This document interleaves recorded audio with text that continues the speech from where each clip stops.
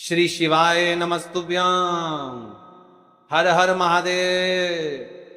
महाराज, आप सभी लोग जानते हो कि 17 अक्टूबर 2025 यानी कि शुक्रवार के दिन इस पवित्र कार्तिक माह की रमा एकादशी व्रत पड़ रही है। और ये कोई आम एकादशी नहीं है महाराज, ये एकादशी माता लक्ष्मी को समर्पित है। रमा एकादशी शुक्रवार वाले दिन, जैसा कि हमने आप सभी को बताया है कि अगर कभी मौका लग जाए और कार्तिक माह की रमा एकादशी पड़ जाए तो महाराज इस दिन आपको इस तुलसी की लकड़ी के दीपक और एक चुटकी हल्दी वाले उपाय को अवश्य करना चाहिए। देखिए मेरी जीजी आपसे विशेषकर निवेदन है, यदि आपके जीवन में बहुत दुख कष्ट है, धन संपदा में कमी है, कार्य में सफलता प्राप्त नहीं हो पाती है, शिव मंदिर रोज जाते हो, शंकर को रोज जल समर्पित करते हो, बाबा से प्रार्थना करते हो, फिर भी कृपा प्राप्त नहीं हो पा रही है, तो ये जो 17 अक्टूबर शुक्रवार का दिन पड़ रहा है, इस दिन इस साल की सबसे बड़ी एकादशी रमा एकादशी पड़ रही है। इस दिन आपको या फिर आपके घर के किसी भी एक सदस्य को, किसी भी एक माता बहन को इस तुलसी की लकड़ी के दीपक वाले उपाय को तो अवश्य ही करना चाहिए। या कोई आम उपाय नहीं है महाराज, रमा एकादशी माता लक्ष्मी को समर्पित है और इसके अगले दिन धनतेरस है। यानी कि कुल मिलाकर आपके जीवन में ऐसी समस्या है कि पैसा हाथ में आता तो है लेकिन ठीक नहीं पता है, हाथ में आते से ही चला जाता है, तो महाराज ये उपाय केवल स्थायी लक्ष्मी के वास्ता है। और धनतेरस से एक दिन पहले वाली एकादशी आपके जीवन के भाग्य को बदल सकती है। विशेषकर मेरी माता बहनों से निवेदन है, इस दिन आपको इस तुलसी की लकड़ी के दीपक और एक चुटकी हल्दी वाले उपाय को तो अवश्य ही करना है। कान खोलकर सुन लो मेरी जीजी और मेरे जीजा। आज जो कथा सुनने जा रहे हो वह कोई साधारण कथा नहीं, क्योंकि यह कथा है स्वयं भगवान विष्णु और माता लक्ष्मी के मिलन की। और जिस तिथि पर यह दिव्य कथा कही जाती है वह तिथि है रामा एकादशी की, जो इस वर्ष 17 अक्टूबर शुक्रवार को पड़ रही है। इस दिन किया जाने वाला छोटा उपाय आपके जीवन की रेखा को बदल सकता है। आपके जीवन में दुख कष्ट चल रहे हैं, धन संपदा में कमी है, लक्ष्मी घर में आती तो है लेकिन टिक नहीं पाती है, तनाव है, घर में लड़ाई झगड़े होते हैं, तो इस दिन आपको इस मात्र एक तुलसी की लकड़ी का दीपक, एक चुटकी हल्दी वाला उपाय को अवश्य करना चाहिए। आप सभी को पता है कि कार्तिक माह में दीपक प्रज्वलित करना यानी भाग्य को चमकने वाली बात, जिस प्रकार हम दीपावली धनतेरस पर आटे के दीपक प्रज्वलित करते हैं, उसी प्रकार से 17 अक्टूबर शुक्रवार की एकादशी तिथि इस उपाय को करना है। तो महाराज आज की यह शिव महापुराण की कथा से इस पवित्र कार्तिक माह की शुक्रवार की एकादशी तिथि के दिन किया जाने वाला यह एक उपाय आपके घर में माता लक्ष्मी का स्थायी बात करेगा, धन धान्य में वृद्धि होगी और घर में सुख और शांति होगी। तो 17 अक्टूबर यानी कि शुक्रवार की एकादशी तिथि वाले दिन मेरी माता बहनों से निवेदन है कि यदि आप इस कथा को, इस वीडियो को आप जहां पर भी देख रहे हो, फेसबुक रागा आपको भारत निवेदन है, बार की कार निवेदन है, वो हम YouTube पर इसे अंतिम तक देखें, क्योंकि यह सीहोर वाला महाराज अपनी बहनों से निवेदन कर रहा है कि कार्तिक माह की दशमी 17 अक्टूबर शुक्रवार वाले दिन आपको इस उपाय को अवश्य करना है। स्वयं माता लक्ष्मी आपके घर में सदैव के लिए विराजमान हो जाएगी, सारे पाप नष्ट होंगे। केवल कार्तिक माह की शुक्रवार की एकादशी तिथि वाले दिन ये छोटे से उपाय को कर लेना। देखिए, यदि पूरा साल निकल गया हो लेकिन आपने इस मात्र एक तुलसी की लकड़ी का दीपक, एक चुटकी हल्दी वाला उपाय को नहीं किया और जीवन में अभी भी बहुत समस्या है, तो 17 अक्टूबर शुक्रवार एकादशी तिथि वाले दिन आपको इस उपाय को अवश्य करना है। कई सारे लोगों को तो पता भी नहीं होता है कि उनके जीवन में जो समस्या आ रही है वह किस कारण आ रही है, मतलब इसका मुख्य कारण भी नहीं पता है और हमेशा परेशान होते रहते हैं। और आप सभी को पता है कि कार्तिक माह, कहते हैं कि कार्तिक माह का हर दिन शुभ होता है, लेकिन इस माह की रामा एकादशी सबसे पवित्र, सबसे शक्तिशाली मानी गई है। शास्त्रों में वर्णन है कि जब एकादशी तिथि शुक्रवार को पड़ती है और वह भी कार्तिक माह में, तो वह सभी पापों को नष्ट कर देती है। महाराज यही तो 17 अक्टूबर का योग है, शुक्रवार, लक्ष्मी का दिन, एकादशी, विष्णु की तिथि और कार्तिक महादान का माह, तीनों का मिलन यानी भाग्य के दरवाजे खुलने का शुभ संकेत। शास्त्रों में कहा गया है रामा एकादशी व्रतेन धन धान्यम समृद्ध्यति, अर्थात रामा एकादशी के व्रत से धन धान्य की प्राप्ति होती है।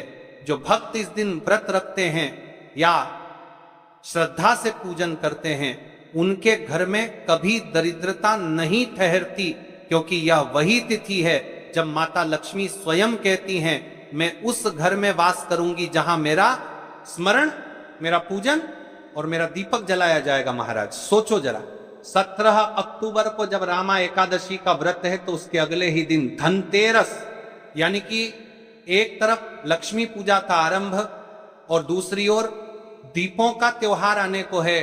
यही वह क्षण है जब आप अपनी आर्थिक स्थिति बदल सकते हैं, अपने घर से नकारात्मक ऊर्जा को समाप्त कर सकते हैं और अपने जीवन में स्थायी समृद्धि को बुला सकते हैं। अब ध्यान से सुनिए, क्योंकि यह बात हर किसी के लिए नहीं कही जाती।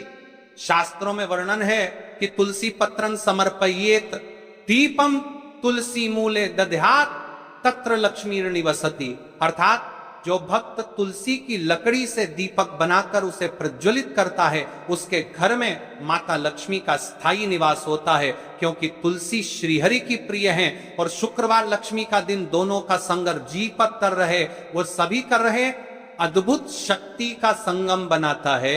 इसलिए कहा गया है रामा एकादशी पर तुलसी का दीपक जलाओ और अपने भाग्य का दीप प्रज्वलित करो। अब बात करते हैं एक चुटकी हल्दी की। भाइयों और बहनों, हल्दी सिर्फ एक मसाला नहीं बल्कि यह मां लक्ष्मी का प्रिय पीतवर्ण प्रतीक है। जब दीपक में एक चुटकी हल्दी डाली जाती है तो वह दीपक केवल रोशनी नहीं फैलाता बल्कि वह संपूर्ण घर में सौभाग्य का प्रकाश बिखेरता है। इसीलिए कहा जाता है हल्दी का दीपक जलाने वाला कभी निर्धन नहीं रहता। अब सोचो, जब तुलसी की लकड़ी और हल्दी दोनों एक साथ दीपक में समर्पित हों तो वह दीपक लक्ष्मी को बुलाने का आह्वान बन जाता है। अब बात करते हैं आज की इस रामा एकादशी पर किन दो राशियों पर विशेष कृपा बरसने वाली है। वृषभ राशि, आपके लिए यह एकादशी अचानक धन लाभ का योग लेकर आई है। अटके हुए पैसे लौटेंगे और नया आर्थिक अवसर प्राप्त होगा। मीन राशि, आपके जीवन में चल रही मानसिक और आर्थिक परेशानी समाप्त होगी। शुक्रवार की यह पावन एकादशी आपके घर में संतोष, शांति और स्थिरता का वरदान देगी। अब चलिए हम उपाय की तरफ चलते हैं। सबसे पहले एक मुख्य बात देखिए भक्तों, यदि हम तुलसी की लकड़ी की दीपक वाला उपाय कर रहे हैं तो इसके साथ हमें चावल के दाने लेने होंगे, तभी यह उपाय सफल होगा। यानी कि 11 चावल के दाने और तुलसी की लकड़ी के दीपक वाले उपाय को साथ में करना है। फिर इसके पश्चात हम आपको बताएंगे हल्दी के दीपक वाले उपाय के बारे में। ठीक है, एक चुटकी हल्दी सबसे पहले हम जान लेते हैं तुलसी की लकड़ी के दीपक के उपाय के बारे में। तो चलिए महाराज जी अब चलते हैं उस विशेष उपाय की तरफ जो आपको कल इस विशेष तिथि पर करना है। और इस विशेष पावन पर्व पर हम जिस उपाय की चर्चा करने जा रहे हैं वह अत्यंत ही दुर्लभ और शक्तिशाली है। यह उपाय न केवल भक्त की मनोकामनाओं को पूर्ण करता है बल्कि उसके जीवन के समस्त कष्टों का निवारण भी करता है। उपाय की सामग्री देखिए महाराज, मात्र तुलसी की लकड़ी से बना दीपक, 11 चावल के दाने और एक चुटकी हल्दी। ये तीनों वस्तुएं देखने में सामान्य प्रतीत होती हैं परंतु इनका महत्व और शक्ति अद्भुत है। जब इन्हें सही विधि से सच्चे मन और श्रद्धा के साथ शिव मंदिर में प्रयोग किया जाता है तब यह उपाय अलौकिक परिणाम प्रदान करता है। देखिए, तुलसी की लकड़ी का दीपक, 11 चावल के दाने और एक चुटकी हल्दी। तो सबसे पहले आपको हम दीपक के बारे में बताते हैं। तुलसी की लकड़ी का दीपक, तुलसी माता का वर्णन शास्त्रों में अत्यंत पवित्र माना गया है। तुलसी के बिना कोई भी पूजन अधूरा है। यद्यपि शिवजी को तुलसी अर्पित नहीं की जाती परंतु तुलसी की लकड़ी का उपयोग जब दीपक के रूप में किया जाता है तो यह विशेष ऊर्जा उत्पन्न करती। यह दीपक भक्त की मनोकामना पूरी करने में सहायक होता है।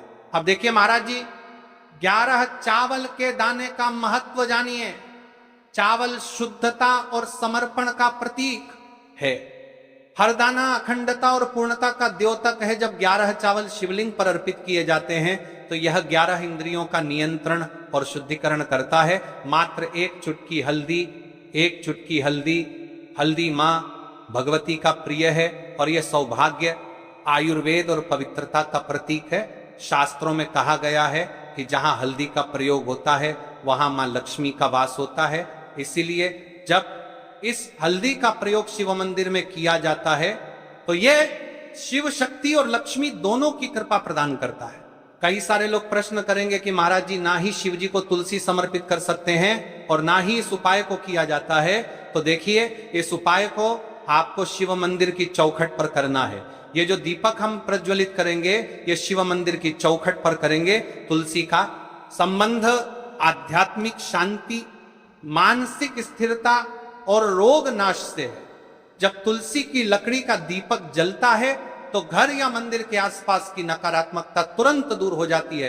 तो देखिए महाराज जी, आपको इस तुलसी की लकड़ी के दीपक के बारे में हम आपको सबसे पहले बताते हैं। हालांकि आपके तीनों उपाय को साथ में ही करना है, लेकिन सबसे पहले और प्रथम तुलसी की लकड़ी का दीपक। तो देखिए, तुलसी की लकड़ी प्राप्त करना।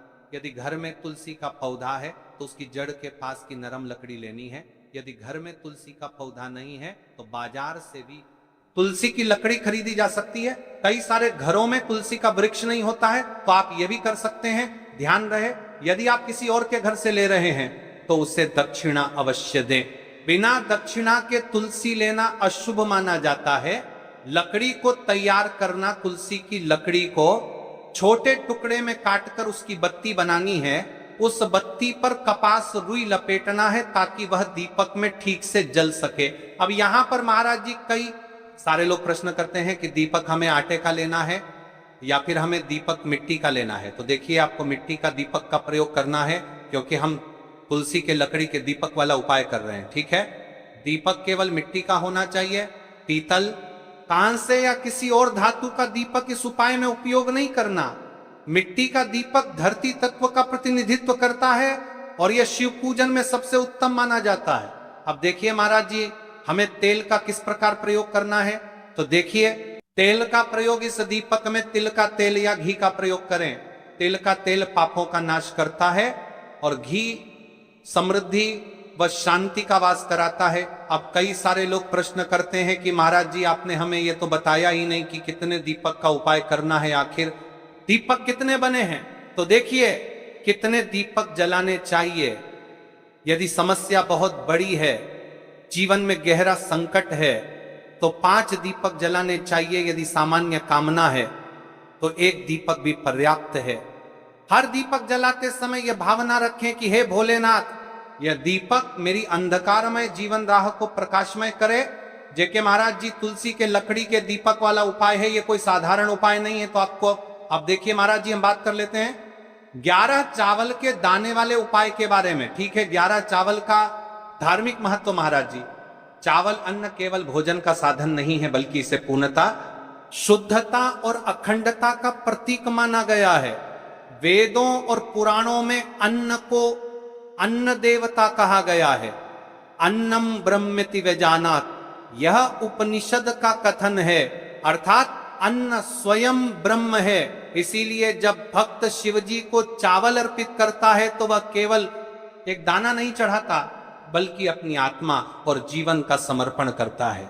अब सबसे महत्वपूर्ण प्रश्न उठता है कि 11 चावल ही क्यों शास्त्रों में कहा गया है कि मनुष्य के शरीर में 11 इंद्रियां होती हैं। जब भक्त 11 चावल के दाने शिवजी को अर्पित करता है तो वह अपनी 11 इंद्रियों को भगवान को समर्पित करता है। यह समर्पण साधक के भीतर शुद्धि और संयम लाता है। अब देखिए महाराज जी, चावला के दाने कहां से लेने हैं, कैसे लेने हैं, इस बात पर चर्चा कर लेते हैं। क्योंकि कई सारे लोगों को मन में यह भी प्रश्न रहता है, घर में रखे चावल का प्रयोग किया जा सकता है, चाहो तो दुकान से भी ले सकते हो। ध्यान रहे, चावल अखंड और शुद्ध होने चाहिए।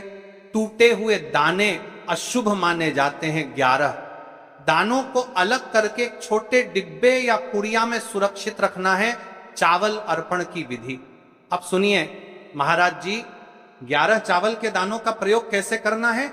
अब देखिए महाराज जी, जैसे ही आपके चावल के दाने आप एक पुड़िया में रख लेते हैं, अब आपको शिव मंदिर में जाकर के इस उपाय को करना है।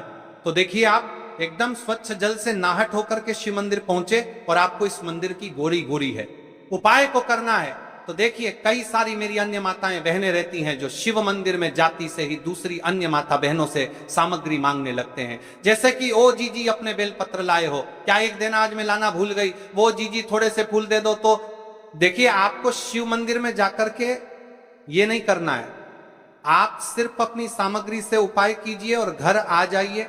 ठीक है, जब मंदिर जाएं, सबसे पहले शिवलिंग पर गंगा जल या शुद्ध जल चढ़ाएं, नमः शिवाय का जप करते हुए शिवलिंग का ध्यान करें।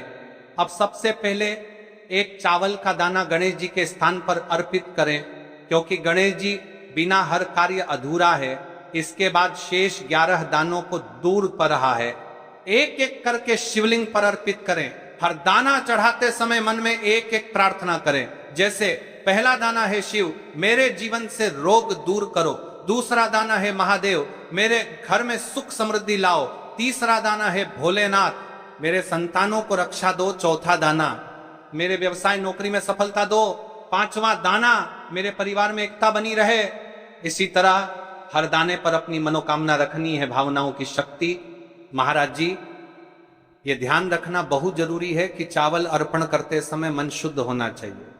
अगर चावल चढ़ाते समय मन में संदेह होगा तो उपाय फल नहीं देगा, लेकिन यदि दानों को अर्पित करते समय हृदय से प्रार्थना होगी तो भगवान शिव तुरंत सुनेंगे। चावल का आध्यात्मिक प्रभाव, चावल का रंग सफेद है, यह शांति और पवित्रता का प्रतीक है। जब सफेद चावल शिवलिंग पर चढ़ाए जाते हैं तो यह साधक के जीवन से अज्ञान और अशांति को मिटाकर ज्ञान और सुख प्रदान करता है। 11 दाने सामूहिक रूप से पूर्णता का भाव लाते हैं। प्रत्येक दाना चढ़ाते समय यह मंत्र बोल सकते हैं, ओम त्र्यंबकम यजामहे सुगंधिम पुष्टिवर्धनम उर्वारुकमिव बंधनान मृत्युर्मुक्षीयमामृतात्, या केवल ओम नमः शिवाय का जाप भी पर्याप्त है। उपाय करते समय अनुभव, जब भक्त एक एक चावल का दाना अर्पित करता है तो वह अनुभव करता है कि उसका हर बोझ, हर कष्ट शिव जी को सौंप रहा है। हर दाना एक प्रतीक है दुख का बोझ हटाने का और सुख का द्वार खोलने का। अब देखिए महाराज जी, हम बात कर लेते हैं एक चुटकी है हल्दी के बारे में, यानी एक चुटकी हल्दी के उपाय के बारे में। तो देखिए, हल्दी का धार्मिक महत्व महाराज जी, हल्दी केवल रसोई की सामग्री नहीं है, यह भारतीय संस्कृति, आयुर्वेद और अध्यात्म तीनों का अभिन्न अंग है। हल्दी लीजिए और इस हल्दी से अपने घर के कुछ मुख्य द्वार पर या फिर कुछ मुख्य स्थान पर स्वास्तिक का निर्माण कीजिए। स्वास्तिक ये लक्ष्मी का आवाहन करता है, इससे घर की सारी नकारात्मक ऊर्जा का नाश होता है और स्थायी लक्ष्मी का वास होता है। जैसे पहले स्वास्तिक जहां आप धन रखते हो, दूसरा स्वास्तिक शिव मंदिर में, तीसरा स्वास्तिक अपने घर के मुख्य द्वार पर, चौथ स्वास्तिक अपने घर की तुलसी कुंड में। इस प्रकार से आपको इस उपाय को करना है।